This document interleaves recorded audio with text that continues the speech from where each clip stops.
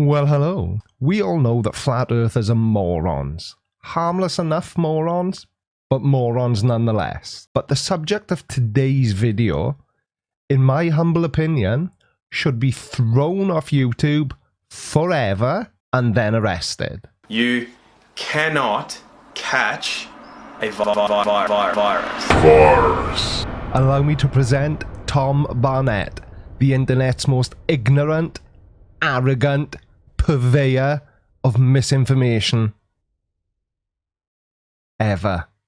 Go nuts on my nuts. Hello everyone, welcome to another episode of Playing a Blinder with me, the Creaky Blinder. Now Tom, the subject of today's video, says so many wrong things in so many different ways, I don't really know where to start. So we'll just get straight into it. Tidy! I've had quite a few questions over the last few weeks, so I'm making this for my friends to clear a few things up. For your friends? Aye, alright then. Because whenever I want to pass any information on to my friends or my family, the first thing that springs to mind is to make a YouTube video and upload it. I mean, who makes a phone call or sends a text message these days? That's so 2019. First and foremost, something you should know, you cannot catch a virus. Now, if that isn't one of the stupidest things I've ever heard anybody say on YouTube, then my name isn't So why is it impossible to catch a virus? Well, it isn't, is it, you dick? A virus is alive. Is a virus a living thing? No. So how is it that people think that you can catch something that is not alive? Everybody knows you never go full retard. Apparently not everyone though. Hey Tom? Viruses are the smallest of all microbes. They are said to be so small that 500 million rhinoviruses, which cause the common cold, could fit easily under the head of a pin. They are unique because they are only alive and able to multiply inside the cells of other living things. The cell they multiply in is called the host cell. A virus is made up of a core of genetic material, either DNA or RNA, surrounded by a protective coat called the capsid, which is made up of proteins. Sometimes the capsid is surrounded by an additional spiky coat called the envelope. Viruses are capable of latching onto host cells and getting inside them. Viruses only exist to make more viruses. The virus particle attaches to the host cell before penetrating it. The virus then uses the host cell's machinery to replicate its own genetic material. Once replication has been completed, the virus particles leave the host cell by either budding or bursting out of the cell. Achoo! Like that. Now I know a lot of people are genuinely concerned, so that's why I'm making this, to hopefully cure some of the unnecessary fear and stress. And if you are feeling that, it's because you're causing it for yourself. Causing fear and stress on ourselves? And don't ever wink at me like that again, you peen-ass. So it's got nothing to do with the fact that worldwide, because it's a pandemic, people are losing their jobs, losing their businesses, and not to mention the tens of thousands of people that have already died. So it's none of that then. And just so you don't think I'm sitting here making stuff up, Hadn't even crossed my mind. I'll quickly tell you my background so you know how and why I'm telling you these things. I was one of those kids that could read and write before I even started school. Bloody hell. Impressive. So you could write your own name, Tom? All 3 letters? In the correct order? You, sir. I knew my 1 to 12 times table before other kids even knew how to open a book. I knew it. We are in the presence of a genius. Because around the age of 9 to 12 months, the average baby will have the dexterity to be able to open, you know, those thick-paged cardboard books? Yeah, those. And in some cases, they may even be able to turn the pages by themselves. But they definitely would not have the attention span to let you read them the story, let alone be able to read it themselves. But of course, Tom, you being such a genius, knew your times tables 1 through 12, all by the time you were that age. I feel a bit silly now. I won academic scholarships at 2 expensive private schools. I did 6 years of science, which included medicine. I did 6 years of natural health and medicine. Ah, natural health and medicine. So you're a woo practitioner then? And how very exciting. Guess what? Tom's also a budding politician. He's a candidate for the IMOP party, the Involuntary Medication Objectors, Vaccine and Fluoride Division party. So he's an anti-vaxxer. Why am I not surprised? And a sovereign citizen. Double surprise. I spent 3 years solely looking into the nature of viruses, bacteria, protozoans, fungus, and parasites. And as a practitioner, I treated myself and a number of other people successfully long term for conditions of the same. Treated them to what though, Tom? A bag of sweets? Can of beer?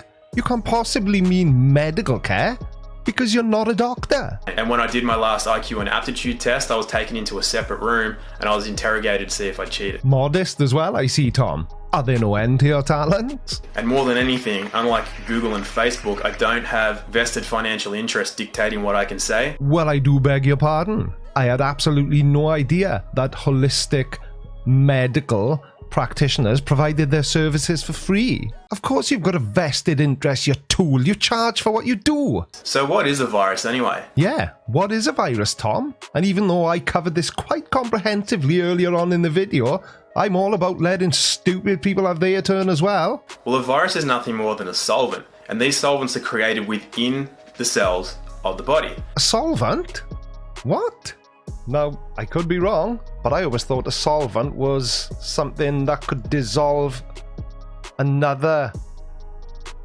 Why am I bothering? This is why you cannot catch a virus. Viruses are created cellularly. Now, the body can create hundreds of thousands of different viruses at any time. So why does a cell need to create a virus or a solvent? Created in response to the built-up toxicity that we have in our bodies. So how does a cell become toxic? Well, a lot of people have spent a number of years putting shit in their minds and shit in their body. Well, how you choose to spend your free time, Tom, is really none of my business. But I know that my shit ends up mostly in the toilet, never in my mind.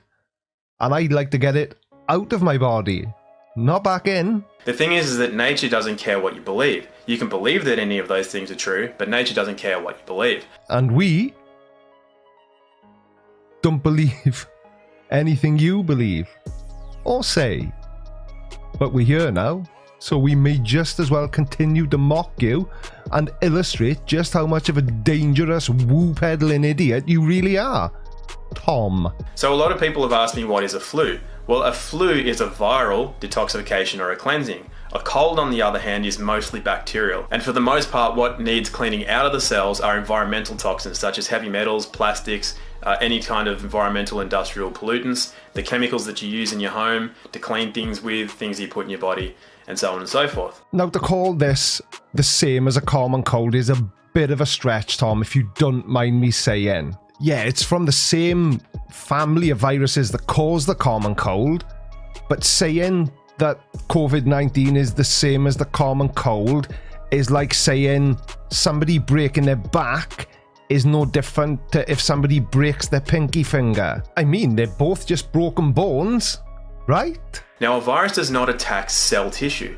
What happens is that as a virus, which is a solvent, breaks down the toxic residue within a cell, it creates essentially a toxic waste. So that's why you'll feel shitty if you've got a viral infection. Now, viruses make us feel shitty, as you put it, by disrupting normal cell function or even killing cells. And our bodies often respond to a virus with a fever to help stop the reproduction of the virus. But it's really got nothing to do with toxins. Well, I suppose you could consider the virus to be the toxin because it's invaded your body. And what can happen is if there's a lot of shit in your cells, you're going to create a lot of toxic waste as that virus breaks it down. So what happens is that if there's too much of it, it can actually cause cell damage, and in extreme cases, it can cause cell death. So there is actually one way that you can catch a virus. Oh, but Tom, you said it was impossible to catch a virus. Or did you mean that it's impossible apart from the way that I, Tom Barnett, super genius, say you can catch it? A virus is specific to specific cells in the body. So somebody with hepatitis, for example, which affects the liver, does that affect the heart? Do they have lung problems? Do they have brain or gonad problems? Likewise, a virus that attacks the lungs will not affect the kidneys. It's because the virus is specific to specific cells in the body. So because a virus is not transmissible within your own body, it should make sense that a virus is not transmissible between people. To you, maybe it should make sense, but it doesn't. And that was really boring. The only word I heard in there was gonads. But to me, what it seems like you're trying to say is that each individual person has their own specific, unique version of the virus. And look, I know I'm not a medical professional, and I'm certainly not claiming to be a doctor of any sort. But I'm fairly sure that's not how it works. And it's especially impossible for a virus to make the jump between species. Apart from a zoonotic disease, which is an infectious disease that can be transmitted from animals to humans, and from humans to animals. Apart from that, obviously. But what do I know? I'm not a holistic health practitioner who knew his times tables 1 through 12 all before the age of 9 months. Am I? This is why you can't get an avian flu, a swine flu, a bat flu, a monkey flu, or any other flu that affects an animal, except for one way, and we will get to that. Yeah, you keep saying we'll get to that. But what about the avian flu pandemic of 1968? Or the swine flu pandemic that happened in 2009? We're not including those ones then, no? So how is it that a number of people can get a virus at the same time? If it is created within the cells, how is it that a lot of people can get it at the same time? Because it's transmitted via droplets in the spray caused by a person with a virus sneezing? No?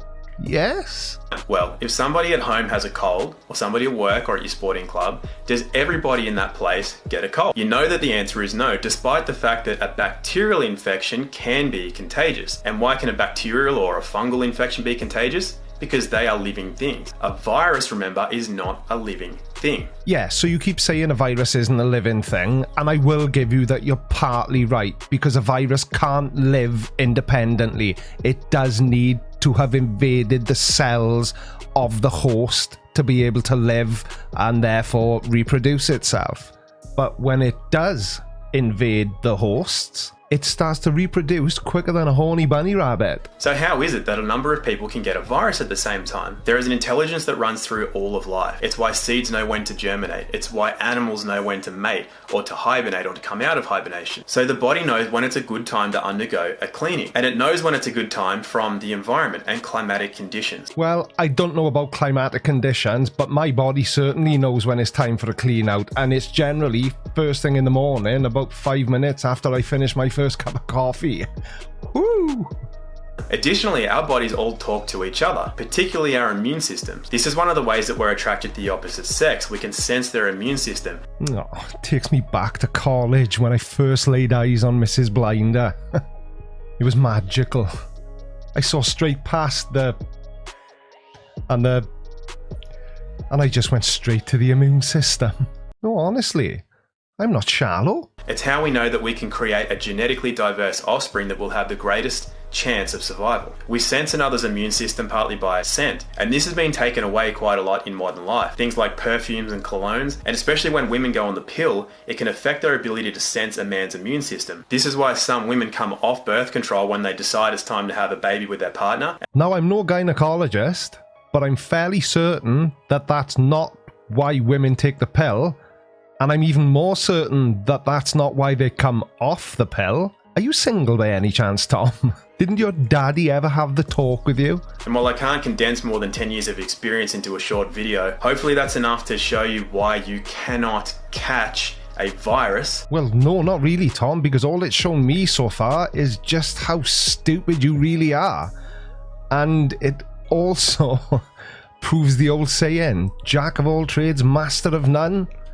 Because you certainly can't get a grip with this situation, can you? And you can start asking some good questions, such as, what is this coronavirus really about? Well, a lot of people were sus on this from the start for a number of reasons. Not everybody buys into what they hear from the media. Well, you're bang on the money there, Tom, because you're right. You shouldn't just believe everything that you're told by the media. You should investigate for yourself. But it's people like you that have just caused the British government to extend the lockdown by 3 weeks. Thanks.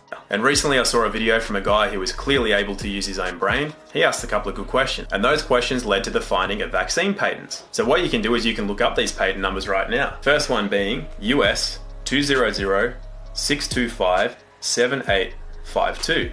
Well, look at you being all smart then, Tom. With your high IQ research, I bet you must have hundreds of tabs open on your preferred Internet Explorer of choice. And you're right, that is a US patent for the coronavirus. But the problem is, it's from 2006. And I know what you're going to say, so they knew about it ahead of time. But no, not at all. Tommy. It refers to severe acute respiratory syndrome coronavirus, otherwise known as SARS. So not COVID-19 at all. So I guess it's time to tell you the only way that you can actually catch a virus. Hold on to your hats, everyone. I know exactly where this is going. And no, it's not because I've already watched this video, right? Don't be so cynical. He's gonna say the only way this virus can be spread is if it gets injected into you by the vaccine, which, strangely enough, doesn't actually exist yet. The only way that you can catch a virus is by having it injected into your bloodstream. So what happens with that incubated virus is it's sterilized and put into a vaccine. Now straight away you don't want that because that's bad news. So, just for clarity, Tom, the only way I can contract this devastating disease is if it gets injected into me by a vaccine, which doesn't exist yet. But apart from that, I should be fine. Whew, I feel quite relieved, actually. Then when it's added to 70 or 80 chemicals, you definitely don't want that in your body. So when these viruses are loaded into vaccines and flown all the way around the world, and people are getting their flu shots and all their other vaccines, that's the only way you can get animal tissue into your own bloodstream. Okay, I get it. It's fine.